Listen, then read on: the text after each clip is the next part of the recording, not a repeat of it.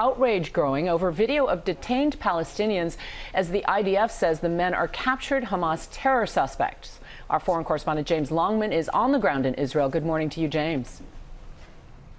Yeah, good morning, Juju. We've witnessed a whole series of huge explosions in northern Gaza. Behind me, you can see the smoke rising. The IDF says they're going after Hamas infrastructure and tunnels, but the situation in the south is growing even more desperate. The United Nations says society is on the brink of collapse. This as Israel steps up its detentions.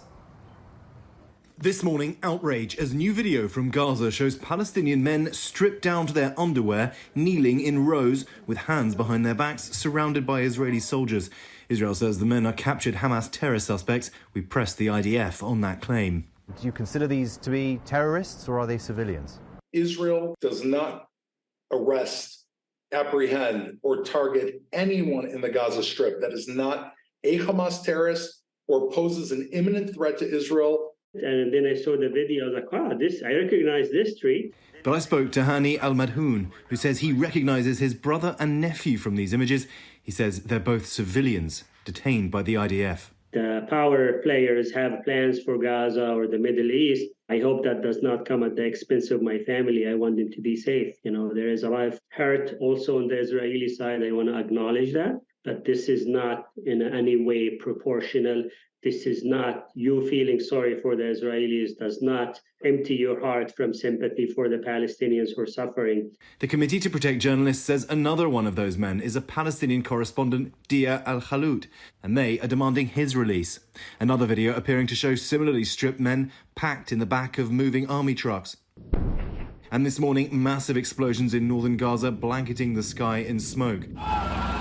This as Israeli operations in the south ramp up. The war moving into the heart of Khan Yunis. The IDF say they have breached Hamas defense lines, but this is where Palestinians had been told to go for safety. These young girls, covered in dust, escaping death. The UN says nearly 1.9 million Palestinians are now displaced in Gaza, with food scarce, lines like these forming just for flour. And now a US official tells ABC News Israel is considering pumping seawater into the tunnels below Gaza, hoping to degrade Hamas capabilities. But that could also destroy filters that provide drinking water to civilians. As the war passes the 2-month mark, overnight in Israel, families of hostages coming together to mark the start of Hanukkah.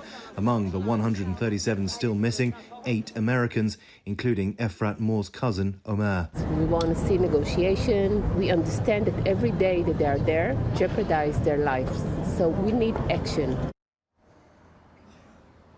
An agonizing wait for these families. 137 hostages still inside. These families are pushing the government to try to do more to bring them home. Meanwhile, in the occupied West Bank, 6 Palestinians were killed overnight. That's 270 dead since this war began. And in 2023, more than 430 Palestinians have now been killed there.